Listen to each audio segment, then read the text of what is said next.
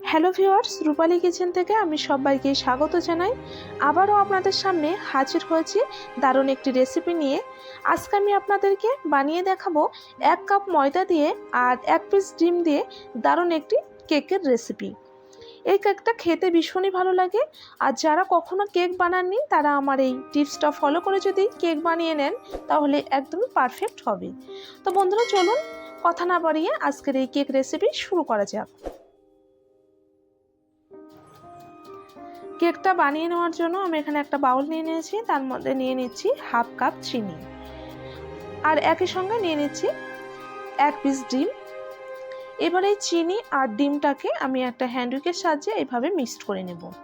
এটাকে যতক্ষণ না মিক্সড করতে হবে, এটা দেখতে হবে যখনই ক্রিম হয়ে আসছে, ঠিক এইভাবে যখন ক্রিম হয়ে আসবে তখন কিন্তু জানতে হবে এটা পারফেক্ট হয়েছে।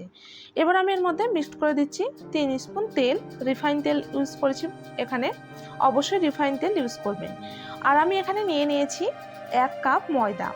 ময়দাটাকে আমি একটু একটা চালনি দিয়ে চেলে তারপর কিন্তু এটা নিয়ে নেব। আর একই সঙ্গে এর মধ্যে নিয়ে নিলাম 1 চামচ বেকিং পাউডার, আর একই সঙ্গে নিয়ে নিচ্ছি স্বাদ মতন লবণ। এবার এটাকে এইভাবে একটা স্পুনের দ্বারাই এটাকে চেলে নিয়ে নিয়েছি। বন্ধুরা, এবার আমি এটাকে হ্যান্ড উইকের সাহায্যে এভাবে মিক্সড করে নেব।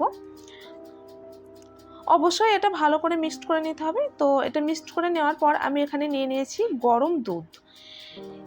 এখানে আমি গরুর দুধ ইউজ করেছি, আপনারা চাইলে দোকানের প্যাকেট দুধটাও ইউজ করতে পারেন, কিংবা পাউডার দুধটাকেও পানি দিয়ে দুধটাকে গরম করে তারপরে ইউজ করতে পারেন। তো অল্প অল্প দুধ দিয়ে গরম দুধ এর মধ্যে দিতে হবে, আর এইভাবে মিক্সড করতে থাকতে হবে। একবারে দুধটা দিলে হবে না, একটা ঘন বাটার বানিয়ে নিতে হবে। তো তার জন্য এটাকে অল্প অল্প দুধ দিয়ে এটাকে মিক্সড করতে থাকতে হবে। খুব বেশি পাতলা করলেও হবে না, আবার গাঢ় করলেও হবে না। এবার আমি এর মধ্যে দিয়ে দিলাম 1 পিস পাতিলেবুর রস। এটার জন্য কিন্তু ফ্লেভারটা খুবই ভালো আসবে, তার জন্য লেবুটা ইউজ করেছি। লেবুটা দেওয়ার পর অনবরত এভাবে মিক্সড করতে হবে। তো এটা খুব ভালোভাবে আমি মিক্সড করে নিয়েছি, দেখতে পাচ্ছেন। এটা কিন্তু খুব বেশি গাঢ় করলেও হবে না, আবার একদম পাতলা করলেও হবে না, ঠিক এরকমভাবে এটাকে বানিয়ে নিতে হবে একটা বাটার। দেখতে পাচ্ছেন এটা আমি কিভাবে বাটারটা বানিয়ে নিয়েছি, ঠিক এরকম ঘনত্ব রাখতে হবে। তো এটা সম্পূর্ণভাবে আমার বাটারটা বানিয়ে নেওয়া হয়ে গেছে। আমি এখানে একটা টিফিন বক্স নিয়ে নিয়েছি, তো আমি এটার মধ্যে কেকটা বানিয়ে নেব। আপনারা যদি বাড়িতে কেক বানানোর বক্স থাকে তাহলে সেটাতে বানিয়ে নেবেন। তো এর মধ্যে আমি অল্প একটু রিফাইন তেল নিয়ে এইভাবে হাত দিয়ে লাগিয়ে নিচ্ছি। এতে করে কিন্তু খুব সহজভাবে কেকটা উঠে আসবে। আর এই টিফিন বক্সটার মাপে আমি একটা পেপার গোল করে কেটে নিয়েছি। এবার এই টিফিন বক্সের মধ্যে এটাকে বসিয়ে দিলাম। অবশ্যই কিন্তু পেপারটা ব্যবহার করবেন, এতে করে কিন্তু খুব সহজভাবেই কেকটা উঠে আসবে। এবার আমি বাটারটা এর ভিতর দিয়ে দেব।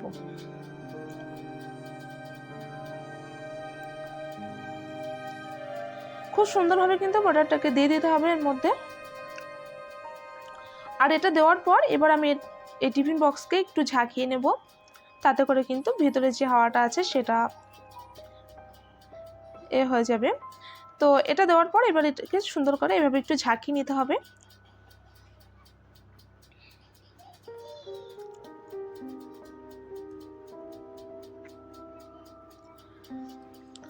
তো এটা পুরোপুরি কমপ্লিট হয়ে গেছে। এবার আমি উপরে দিয়ে দিচ্ছি 2-3 পিস কাজুর পিস। তো আপনারা চাইলে এর মধ্যে কিশমিশও ব্যবহার করতে পারেন। তো আমি এখানে কাজু দিয়ে এটা কমপ্লিট করব। তো এখানে আমি একটা হাঁড়ি নিয়েছি, আর এটা আমি অ্যালুমিনিয়ামের একটা হাঁড়ি নিয়ে নিয়েছি। আপনারা যদি চান তাহলে কিন্তু এটা কুকারেও বানিয়ে নিতে পারেন। তো আমি এখানে এর নিচে এটা যাতে না পড়ে যায় তার জন্য পেপার ইউজ করেছিলাম, কিন্তু আমি এটা যখনই আমি গ্যাসটা জ্বালিয়ে নিলাম তখনই কিন্তু পেপারের একটা গন্ধ আসছিল, তার জন্য কিন্তু আমি পেপারটাকে হাটিয়ে দিয়েছিলাম। আপনারা পেপারটা না দিয়ে বানিয়ে নেবেন, এতে করে কিন্তু খুব ভালোভাবে কেকটা বানিয়ে নেওয়া হয়ে যাবে। আমি যেহেতু ফার্স্ট টাইম বানিয়ে নিচ্ছি তার জন্য আমি ভেবেছিলাম যে এটা হয়তো পুড়ে যাবে, তার জন্য পেপারটা ইউজ করেছিলাম, বাট পেপারটা না ইউজ করলেই ভালো। তো এটাকে আমি আধা ঘন্টা মতো লো ফ্লেমে এটাকে আমি হতে দেব। তো আধা ঘন্টা মতন এটা কিন্তু জ্বালিয়ে নিলেই এটা পারফেক্ট হয়ে যাবে আশা করি। তো দেখে নিচ্ছি। তো দেখতে পাচ্ছেন এটা কিন্তু পারফেক্টভাবে ফুলে এসছে আর কেকটা খুব সহজভাবে বানিয়ে নিয়েছি। এবার এটা ঠান্ডা হওয়ার পর আমি এটা কেটে নেব। তো এটাকে কিন্তু আমি ঢাকনা দিয়ে ঠান্ডা করে নিয়েছিলাম।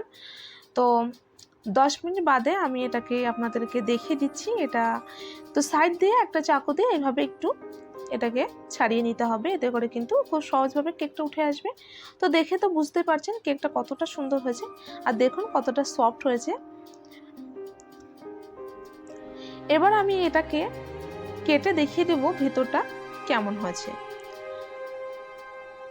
আর এটাই কিন্তু কেক বানিয়ে নেওয়ার একদম সহজ পদ্ধতি। যে কখনো কেক বানায়নি সেও কিন্তু এটাকে বানিয়ে নেবে আমার এই টিপসটা ফলো করলে। তো আমি এটাকে কেটে দেখিয়ে দিচ্ছি ভেতরটা কেমন হয়েছে।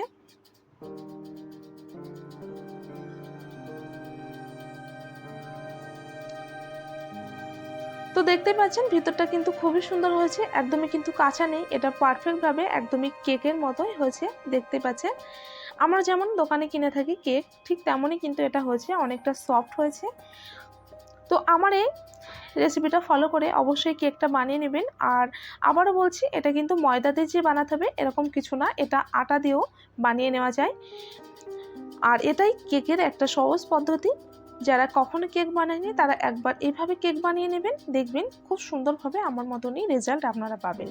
তো কেকের রেসিপি আপনাদের কেমন লেগেছে কমেন্ট বক্সে জানাতে কিন্তু একদমই ভুলবেন না। আর এখনও যারা আমার চ্যানেলটিকে সাবস্ক্রাইব করেননি তাদের কাছে একটাই অনুরোধ, আমার চ্যানেলটিকে সাবস্ক্রাইব করে আমার পাশে থাকবেন। আজকের মতো বিদায় নিচ্ছি, দেখা হচ্ছে নতুন একটি রেসিপি নিয়ে। ধন্যবাদ।